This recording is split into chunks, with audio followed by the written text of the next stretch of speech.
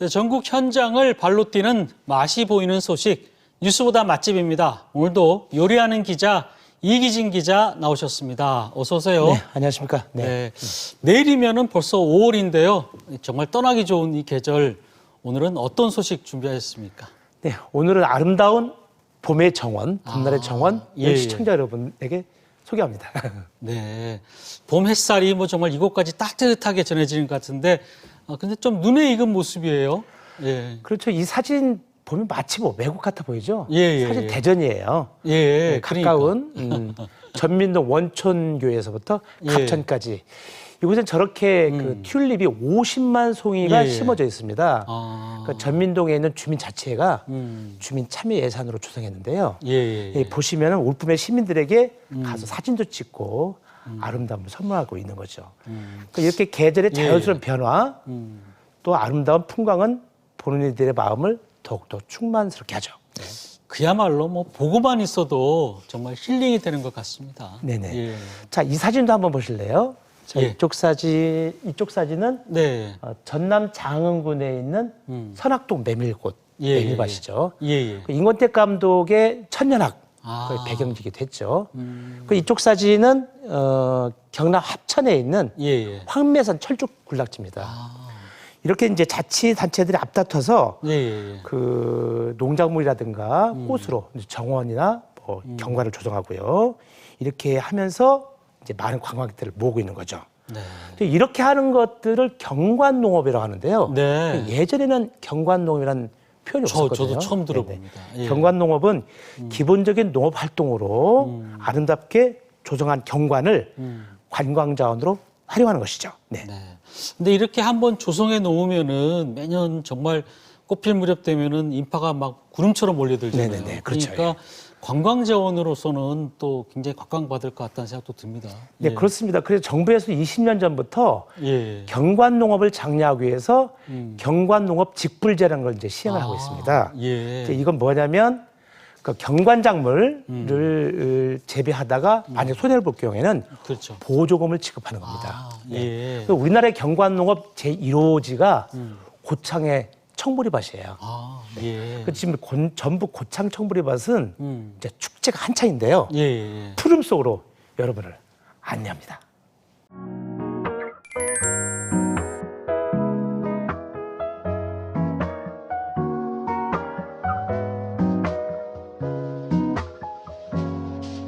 I think about that summer day when I went on my first date. We danced in an empty parking lot to a song I since forgot. And the first time I held his hand, I thought this boy could be a man. We must have been watching a movie. 일부 이삭은 패였네. 전북 고창 청보리 축제장에 왔어요. 오늘 첫날인데 와 진짜 푸른 낙원. 예전에 이 보리는 우리 허기진 배를 채웠던 그런 작물이었죠. 그런데 지금은 진짜 우리 눈을 호강시키고 있네요.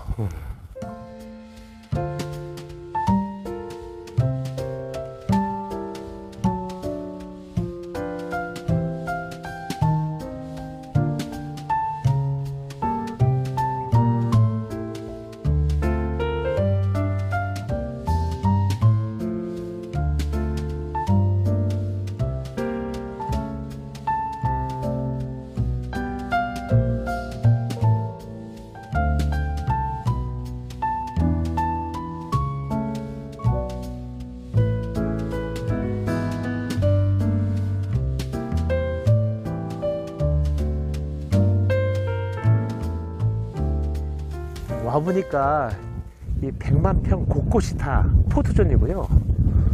누구나 다 사진사, 그리고 누구나 다 모델이 된 것 같아요.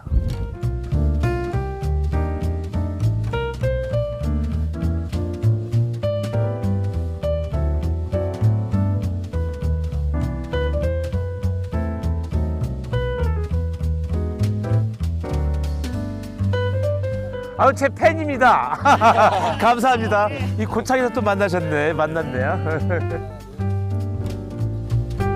우리나라 경관농업 1호인 이곳은 드넓은 밭이 빼어난 경관과 어우러져 대표적인 경관 농업으로 자리매김했습니다.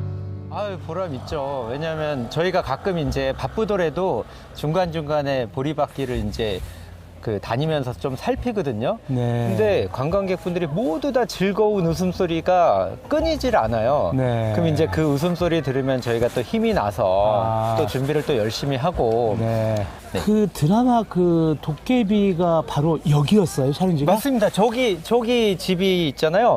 저기 집이 있고 그 뒤에 뽕나무가 있는데 거기서 촬영했습니다. 아, 그럼 여기 이곳이 네. 그 생태, 경관, 농업, 사계절 볼거리가 있는 곳이네요. 그렇죠. 겨울에는 또 눈 오는 날에는 정말 그 자체로? 예뻐요. 예. 그리고 저희가 그런 차원에서 여기 나무를 좀 큰 거 하나랑 5개를 저기다 심어놨는데 네. 저게 겨울에 눈밭에서 보면은 너무 멋집니다. 오롯이 올라 있는 것이. 네네네. 야, Beautiful life 난 너의 곁에 있을게 It's beautiful life 지금 딱 불렀어? 어디 좀 비슷해? 아우, 안 되겠어. 가을의 파종에 긴 겨울을 지나 봄볕 속에 쑥쑥 자란 청보리들. 이 봄이 가기 전 푸른 청보리로 청량한 기운을 가득 채워보시기 바랍니다.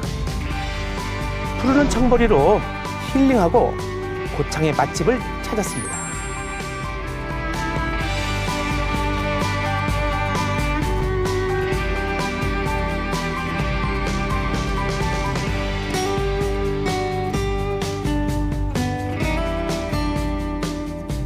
와, 이거 백합 엄청 크네.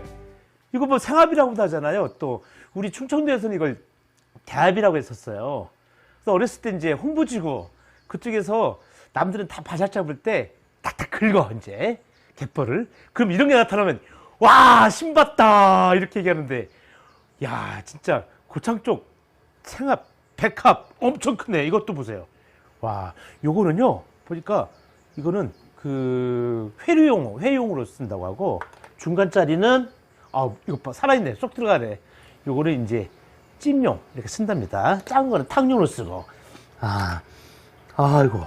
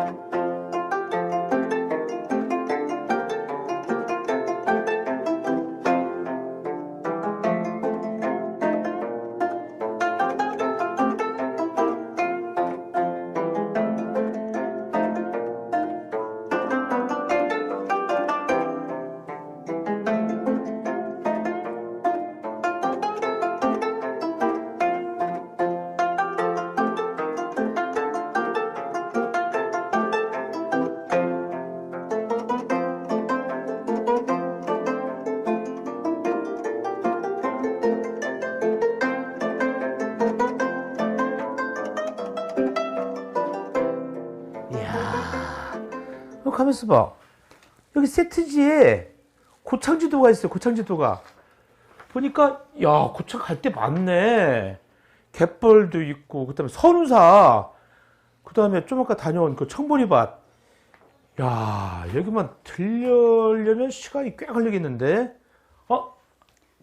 어머니, 잠깐 앉아보세요. 네.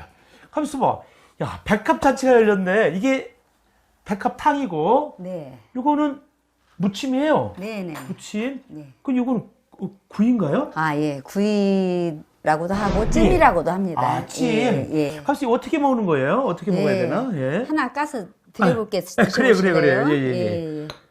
여기다 올려놓는 게. 예, 접시에다 국물이 흐르니까요. 국물이 흐를까봐. 맞아. 자, 공물차게 싸가지고, 쫙 뻗었네. 와, 딱 보면 싱싱하네요. 네. 야, 보면 토실토실한 속살.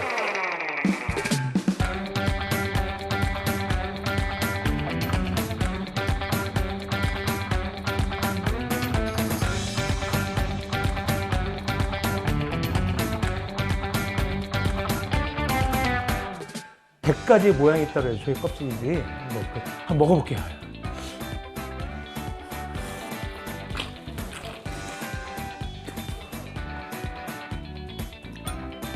야, 진짜 제철에 먹는 극오장에 가서 먹는 음식은 정말 끝내주는 것 같아요.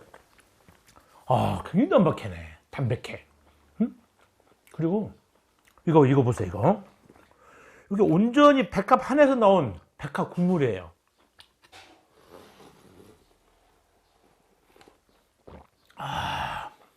아우, 시원해. 어우, 탕 끓여낸 거.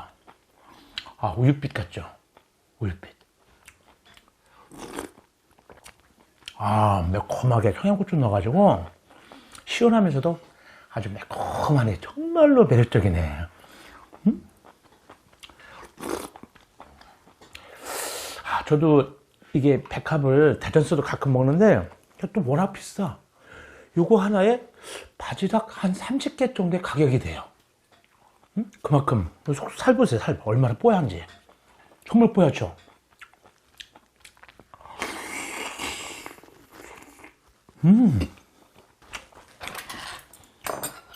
무침.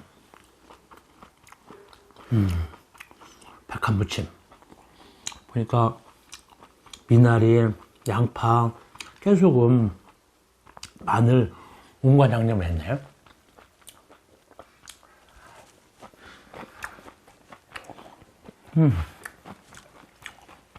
새콤달콤하고.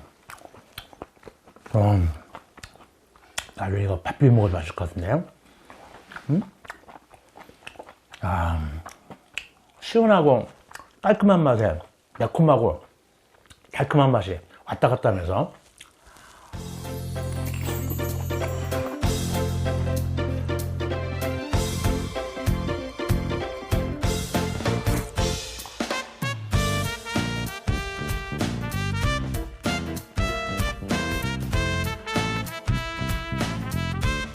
근데 아마 이 집이 와보니까 막 이렇게 약간 운치도 있고 고창급성 앞에 있는 곳인데, 단순히 이제 좋은 식재료 쓰지만 이 손맛이 아주 좋은 것 같아요. 진짜 푸짐한 그리고 넉넉한 인심, 그리고 전라도 인심이 배어 있어요, 좀 이 음식에.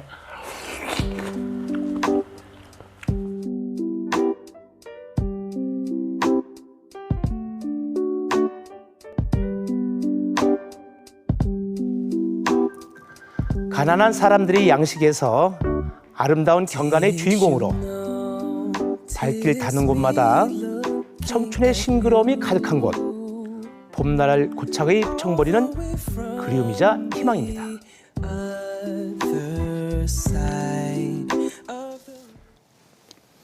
현지에서 뉴스보다 맛집 팬들도 만나시고 맞습니다. 푸른 청보리밭을 보니까 정말 제 눈도 맑아지는 것 같습니다. 예, 그렇습니다. 먼 초를 바라보면 시력도 좋아진다 그러죠. 예. 예.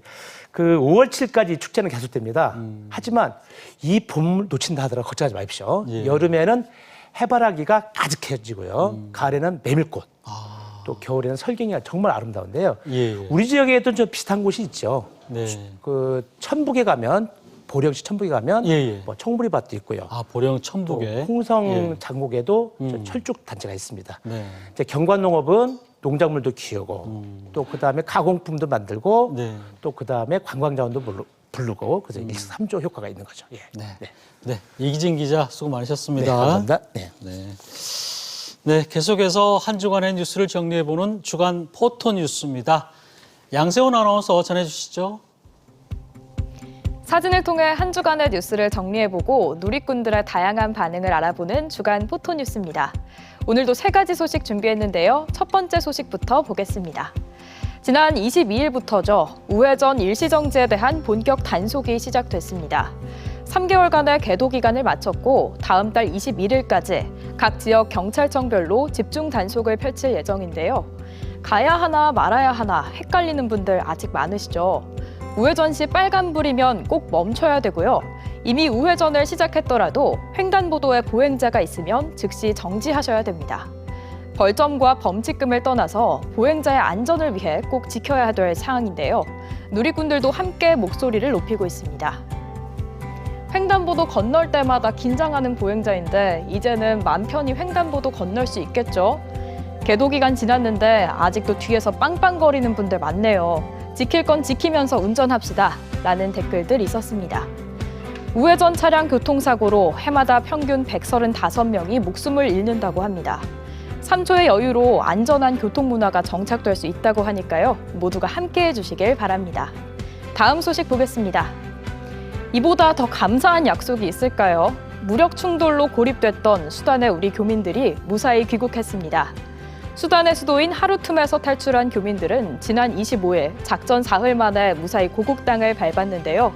눈앞에서 교전이 벌어지고 총알이 날아드는 위험한 상황에도 불구하고 교민 모두를 안전하게 구출하겠다는 약속이 지켜졌습니다. 그야말로 외교전의 종합판과도 같았던 프라미스 대작전. 누리꾼들은 어떤 반응 보였을까요? 영화 모가디슈가 생각나네요. 프라미스 작전도 해피엔딩으로 끝나서 너무 다행이에요. 민간인 피해가 더 심해지고 있다는데 수단 내전이 얼른 끝나기를 바랍니다. 라는 반응들 있었습니다. 힘겹게 고국 땅을 밟은 교민들, 성남 서울공항에 도착한 후에야 비로소 안도의 눈물과 웃음이 뒤섞였다고 하는데요. 작전에 참여한 모두의 가슴 속에 남을 약속 프라미스였습니다. 마지막 소식 보시겠습니다. 오랫동안 많은 논란을 빚었던 문화재 관람료가 다음 달 4일부터 사라질 것으로 보입니다. 국립공원을 통과하거나 산에 오를 때 절에 방문할 목적이 아닌데도 통행세라는 명목으로 입장료를 받는 경우가 꽤 있었죠. 이에 대해 수십 년간 집단 소송과 국민청원이 이어졌는데요. 문화재보호법이 개정되면서 조계종 산하의 사찰은 다음 달 4일부터 입장료를 징수하지 않을 방침이라고 합니다. 드라마 이상한 변호사 우영우에도 등장해서 이슈가 되었던 문화재 관람료가 폐지된다는 소식에 누리꾼도 소리 높여 환영하고 있는데요. 기분 좋게 등산하려다 입장료 내라고 해서 분노했던 기억이 이제 등산 더 자주 해야겠어요. 관람료를 받지 않는 대신 정부 예산이 지원된다는데 문화재 관리를 위해 투명하게 사용해 주시길이라는 반응까지 살펴봤습니다. 내일 정부와 조계종 간의 문화재 관람료 폐지 협약식을 맺는다고 하는데요. 문화재 관람료를 받고 있는 우리 지역의 동학사, 갑사, 신원사 등 유서 깊은 사찰들이 많이 좀 포함됐으면 하는 바람입니다. 지금까지 주간 포토뉴스 함께하셨습니다.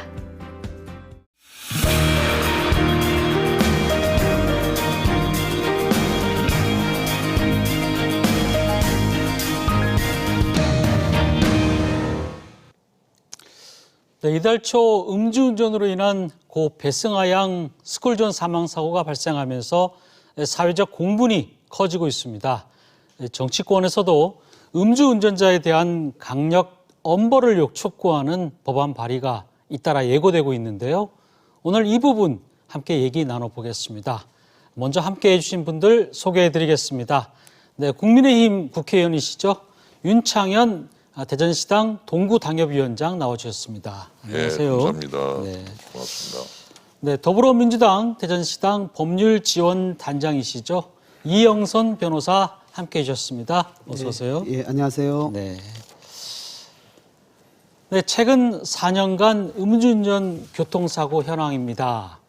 네, 코로나 시국이 끝난 지난해 연말부터 전국적으로 음주운전이 다시 급증하고 있는데요. 음주운전에 대한 불감증과 또 허술한 단속, 또 낮은 처벌 등이 주요 요인으로 꼽히고 있습니다. 그런데 당최 음주운전이 줄지 않으니까 이 다른 나라처럼 이 처벌 수준을 좀 높여야 되는 거 아니냐, 뭐 이런 얘기도 나오고 있고요. 두 분 어떻게 보시는지 먼저 얘기 나눠보겠습니다. 윤 의원님 어떻게 예. 생각하세요? 원인이 도대체 예, 뭘까요? 참 이렇게 줄지 이게 않는. 예. 뭐 단순 실수 같은 그런 그 뭐 이렇게 보는 시각 이런 게 조금 그러니까 예. 자, 사고가 일어나고 나면 이제 죄송하다 할 때 이제 단순 실수로 좀 보는 경향이 있는데 아무래도 이제 이 부분은 예. 우리가 조금 시각을 바꿔야 될 것 같습니다. 사전적으로 음주를 하고 운전대를 잡는 네. 것은 살인행위에 가깝다. 그리고 이것을 갖다가 단순 실수로 볼 수가 없는 그런 측면을 우리가 분명히 지적을 해서 사회적 분위기를 좀 바꿀 때가 이제 왔다 이런 생각이 들고 법도 뭐 개정하고 형량도 높이고 윤창호법, 민식이법 그랬는데도 뭐 이게 또 그렇게 간단치가 않고 그래서 제가 볼 때는 이제 이런 부분에 대해서 조금 무관용의 원칙 개념으로 이제 전체적 프레임을 좀 바꿔야 될 때가 온 게 아니냐. 그래서 이제 이거를 보는 시각 자체를 좀 엄격한 시각으로 바꿀 수 있는 그런 그 시점이 왔다. 이렇게 볼 수가 있겠습니다. 네. 이 변호사님, 저희가 이제 법이 윤창호법도 그렇고 많이 생겼지만 실제로 보면은 뭐 처벌 수준이 그렇게 강해진 것 같지 않다고 느끼는 분들도 꽤 많더라고요. 예, 어떻습니까? 좀 이게 처벌 수준이 아직 약한 측면이 있습니까? 실무상으로는 약하다고 생각이 듭니다. 사실 이 법이라는 건 법정형이 있고요. 네. 실제로 적용하는 양형 기준이 있게 되는데요. 실무에서 보게 되면 법정형은 뭐 징역형도 있지만 실제적으로는 예. 첫 번째, 두 번째는 거의 벌금형으로 끝나는 경우가 많고요. 그리고 일반 국민들도 첫 번째, 두 번째는 당연히 내가 벌금만 내면 된다. 라는 그런 인식이 뭐 있는 것 같습니다. 예, 그러다 보니까 내가 큰 불이익이 생기지 않는다 이런 측면이 있으니까 음주운전을 좀 가볍게 생각하는 그런 측면이 있는데요. 또 통계를 보면 2020년 음주사고 그 사망사고인 경우에도 네. 한 75% 정도가 집행유예로 풀려납니다. 그러니까 즉 실무에서는 사망사고가 나도 유족들과 합의만 되면 거의 이제 4분의 3은 집행유예로 풀려나는 경우가 이렇게 많은데요. 네. 외국 사례를 보면 미국에서는 1급 살인죄로 예, 그렇게 규제를 하고 있는 것처럼 우리나라도 실제로 적용되는 그런 그 양형을 훨씬 더 지금 높일 필요가 있다고 보여집니다. 네. 이번에 이제 배승하양 사고도 있고 그래서 좀 더 강력한 처벌을 원하는 목소리가 높은 것 같아요. 네. 또 음주운전은 이 재범률이 높다는 그런 특징도 있는데 정치권에서도 이제 음주운전을 막기 위해서 신상공개법을 이 발의를 하고 있습니다. 특히 이제 윤창현 의원 같은 경우에는 지금 대표 발의를 하셨잖아요. 예, 그렇습니다. 그렇죠? 예, 네. 예. 먼저 이제 어떤 내용을 좀 담고 있는지 얘기 들어볼까요? 예, 우선 뭐 예, 그 예. 형량 강화는 많이 됐는데도 좀 효과가 없다라는 것을 전제로 해서 이제 그 신상 공개 예. 사실 그 이제 어떻게 보면 개인정보 보호 문제도 있고 우리가 또 어떤 범죄에 있어서 또 다른 효과, 다른 문제가 생길까봐 네. 신상 공개에 대해서 또 엄격한 기준을 가지고 있는데 특정 강력범죄 처벌에 관한 특례법 요거를 고쳐가지고 음주운전을 강력범죄로 아예 그냥 분류를 해버리는 거죠. 인명사고가 있을 때. 그러면 이제 그 경우에는 심사를 해서 신상공개를 하는데 이 신상공개에 대해서는 이제 뭐 어떤 여러 가지 시각이 있을 수 있지만 제가 볼 때는 꽤 의미가 있다고 봅니다. 네. 지난번 코인 살인 사건 때도 보면은 그런 그 신상공개가 됨으로 해서 여러 가지 효과들이 상당히 그 더 커지고 더 이렇게 많은 사람들이 주의를 하고 더 신경을 쓰게 되는 경우를 본 적이 있어서 이런 부분을 좀 그 첨가하면 형량 플러스 신상 공개로 가면 이제 두 가지가 합쳐져 가지고 네. 예방 효과가 커지지 않느냐. 우리가 벌 주는 게 목적이 아니라 사실은 예방이 아니겠습니까? 그렇죠. 예방을 어떻게 하면 할 것이냐. 두 가지가 합쳐져 있으면 너무 그 자기가 지불해야 될 비용이 너무 커지는 거죠. 대가가 너무 커지니까 하지 말자. 이런 결정을 하도록 유도를 하는 거니까 그런 의미에서 신상 공개는 아주 의미가 있는 그런 그 부분이 있다 이렇게 볼 수 그 있겠습니다. 신상 공개를 그러면 이제 뭐 첫 해부터 공개하는 거 아니면 좀 상황에 따라서 이번 사례처럼 굉장히 좀 엄중한 경우에 이럴 경우에 물론 심사를 합니다. 심사를 예, 해서. 강력범죄로 집어넣고 예. 모든 강력범죄라고 또 다 그렇게 하는 건 아니니까 지난번 코인 경우도 결국 심사를 해서 결정을 했거든요. 예, 근데 만약 이제 이런 경우라면 아마 이 법이 통과되면은 배승하양 사건 같은 경우는 아마 신상 공개를 결정하겠죠. 네. 예, 그럼 굉장히 타격이 아마 있을 거다. 그런 의미에서 신경을 좀 많이 써야 된다라는 측면을 많이 감안을 했습니다. 네. 이 변호사님께서는 어떻게 생각하세요? 이 신상 공개법. 아, 예. 예. 음주운전을 규제하는 법안에 대해서 뭐 반대하는 사람은 없을 겁니다. 예. 예, 당연히 찬성하는데요. 저는 이제 법률가로서 조금 향후에 이제 문제될 수 있는 부분을 좀 말씀드리겠습니다. 이제 보완하자는 취지인데요. 첫 번째는 조금 심한 거 아니냐라는 그런 얘기가 나올 수 있을 것 같아요. 특히나 이제 지금 뭐 10년 이내에 2회 이상 음주운전 한 사람은 신상 공개를 한다고 이렇게 하는데요. 이 부분을 보면 사고 안 나도 2번 이상 하면 신상 공개가 될 수 있다는 그런 부분인데요. 조금 과잉한 거 아니냐라는 이제 그런 얘기가 나올 수 있을 것 같아요. 네. 처벌은 처벌대로 받고 신상은 또 신상대로 공개되는 그런 상황이거든요. 근데 신상 공개를 보면 이제 우리가 알 수 있는 거는 성폭력 범죄 이런 부분에 대해서는 신상 공개를 하는데 이 범죄의 양 범죄를 비교를 해보면 법정형도 뭐 성폭행 같은 네. 경우에는 3년 이상의 징역입니다. 3년에서 50년까지 할 수 있는 건데 도로교통법에 의하면 음주운전 2회 하면 1년에서 5년까지의 징역이거든요. 네. 법정형에도 많이 차이가 나는데 이거를 성폭력 범죄와 음주운전 2회 운전자를 똑같은 균형에서 네. 신상 공개를 할 것이냐라는 문제가 있고요. 또 하나는 좀 기준이 좀 애매한 거 아니냐라는 얘기가 나올 수 있을 것 같아요. 10년 내에 2회 이상이면은 몇 회부터 공개를 할 것이며 또 어느 선에서 어느 범위까지 공개를 할 것이냐라는 부분에 대해서 법률에서 좀 정확히 규율을 해야 될 거라고 봅니다. 참고로 말씀드리면 최근에 윤창호법이 이제 위헌 판결이 났습니다. 그 이유가 기준이 모호하다는 거였거든요. 그래서 그런 부분도 참작을 해서 조금 더 법률의 기준을 조금 더 정할 필요가 있지 않나 하는 생각은 듭니다. 조금 이제 근본적인 얘기를 좀 해볼 텐데요. 이제 음주운전 가해자 신상공개법에 대해서 찬반의 목소리는 나오고 있습니다.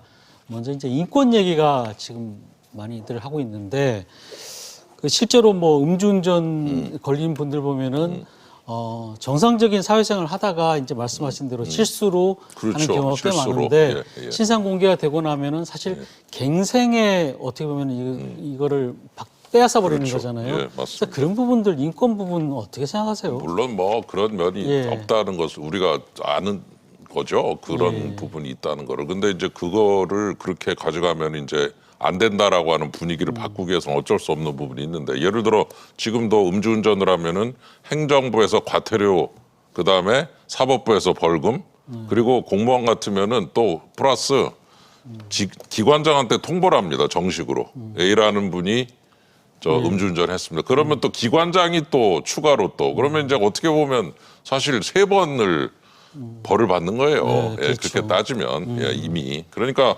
3번 벌을 받게 만들어 놓은 이유가 다 있는 거 아니겠어요? 예, 그리고 아까 변호사님께서 말씀하신 거 10년 내 2번은 저 뒤에 그 모습이 나타난 하태경 의원이 만든 법이고 저는 이제 좀 다릅니다 법이. 그래서 이제 저기는 이제 특정범죄 가중처벌법, 저는 강력범죄 특례법이고. 예, 그래서 심사를 해서 하도록 이렇게 만들어 놨거든요. 예, 그래서 아마 이제 제가 볼 때 제가 만든 법은 심사를 하게 돼 있기 때문에 만일 뭐 어떤 그 정말 피치 못할 무슨 어떤 우리가 알 수 없는 어떤 상황이 있었다 그럴 때는 그 심사에서 가려질 가능성은 있다고 봅니다. 그래서 그냥 10년 내 2번으로 자동으로 이렇게 하는 것보다는 제가 발의한 법처럼 심사를 하도록 거치도록 해서 아주 억울하거나 이상한 경우는 조금 예외를 한두 개 두더라도 큰 규모로 볼 때는 신상 공개가 이루어지도록 하면은 예, 그런 그 효과를 우리가 얻을 수 있지 않느냐 이런 생각이 듭니다. 네.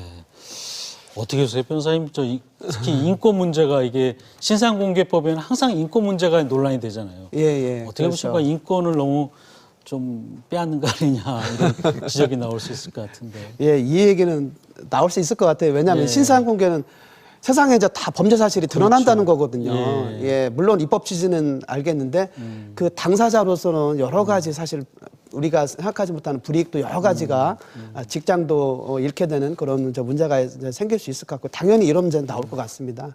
그런데 이제 입법 취지는 우리 사회가 이제 음주운전을 막자는 그러한 입법 취지는 분명히 있기 때문에 예. 이거는 필요성이 있다고 보여지는데요. 이런 인권 문제가 나왔을 때 이거를 방지하기 위해서는 저는 좀 요건을 명확하게 좀 둘 필요가 있다고 생각이 들어요. 저는 3가지 측면인데요. 예. 이 사람이 음주운전을 몇 회를 했느냐. 그리고 단속될 수의 알코올 수치가 예. 어느 정도 했느냐. 그리고 만약에 사고를 난 경우에는 그 피해자의 다친 정도가 어느 정도였느냐. 요 3가지 피해 상황을 잘 검토를 해서 요건을 명확히 하면 그러면은 그걸 어긴 사람에 대해서는 인권 문제가 나올 수 없겠죠. 미리 다 이런 요건을 공개를 했기 때문에. 따라서 이러한 요건을 좀 명확히 해서 국민들한테 이러한 동의 절차를 좀 부한다면 인권 문제는 뭐 어느 정도 충분히 대비할 수 있지 않을까. 예, 그런 생각은 듭니다. 근데 신상 공개는 뭐 어디까지나 이제 사후 대책인데 음주운전을 막을 수 있는 이 제도적인 장치가 필요하다 이런 목소리도 있습니다. 특히 음주 측정 후에 예. 시동이 걸리게 하는 그런 장치가 국회 법안이 계류가 한 10몇 년째 되고 있다 이런 얘기 들었는데 어떻습니까? 그게 어려운 겁니까? 저 이제 이번엔 좀 해보면 좋을 것 같습니다. 김기현 대표님하고 정우택 부의장께서 지금 그걸 준비를 하셨는데 아예 이제 차를 타면은 불어야 이제 시동이 걸리게 하는 거죠. 제가 이제 음주운전은 아니지만 호주에 가서 건설 현장을 한번 본 적이 있는데 건설 현장에서 아침에 일을 하러 오시는 분들한테 그 음주 측정을 하더라고요. 그래서 이게 어느 수치 이상 나오면은 그날은 일을 못 하시는 걸로.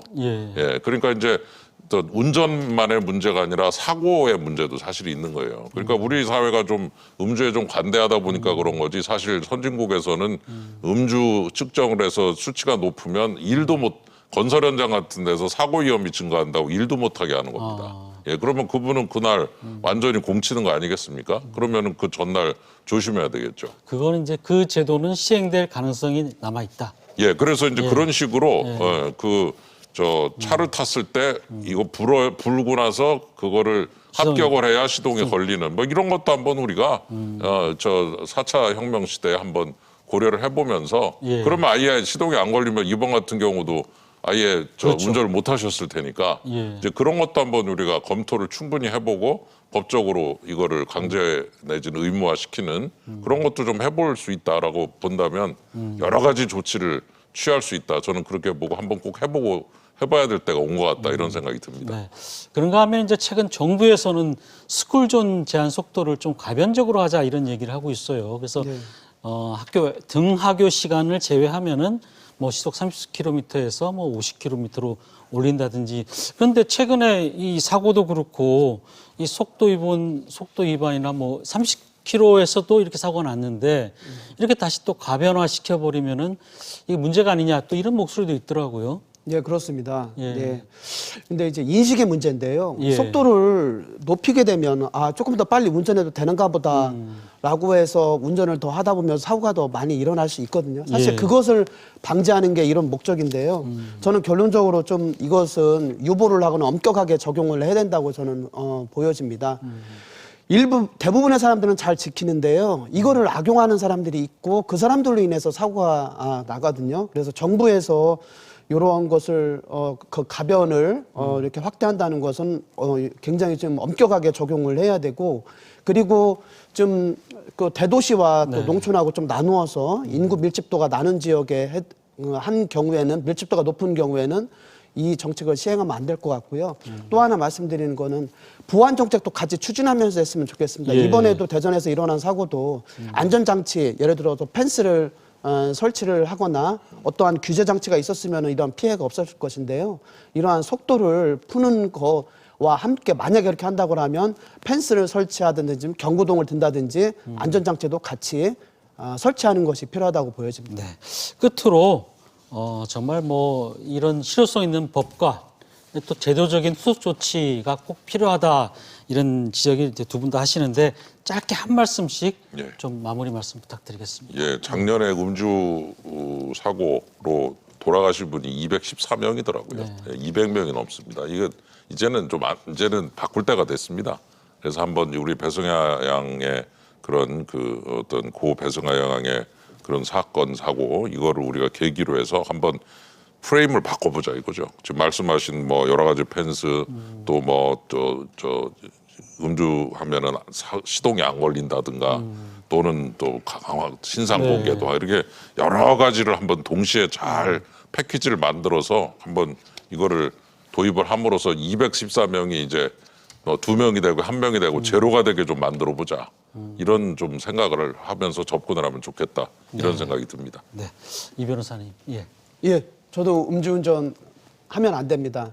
형량을 높이는 것이 필요하고요. 또 하나 말씀드릴 것은 실무에서 보면은 가장 큰 무섭게 느끼는 건 사실 면허 취소입니다. 운전을 못하게 하면 그것을 가장 불이익으로 생각을 합니다. 벌금이 한 번 내면은 끝이지만 운전 못하게 하는 거는 그 해당 연도 동안 계속 불편함을 느끼거든요. 그래서 제가 의원님한테도 면허 취소 기간이 지금 1년부터 5년까지 이렇게 있는데요. 미국, 독일, 호주 같은 경우는 영구히 박탈하는 그런 제도도 있습니다.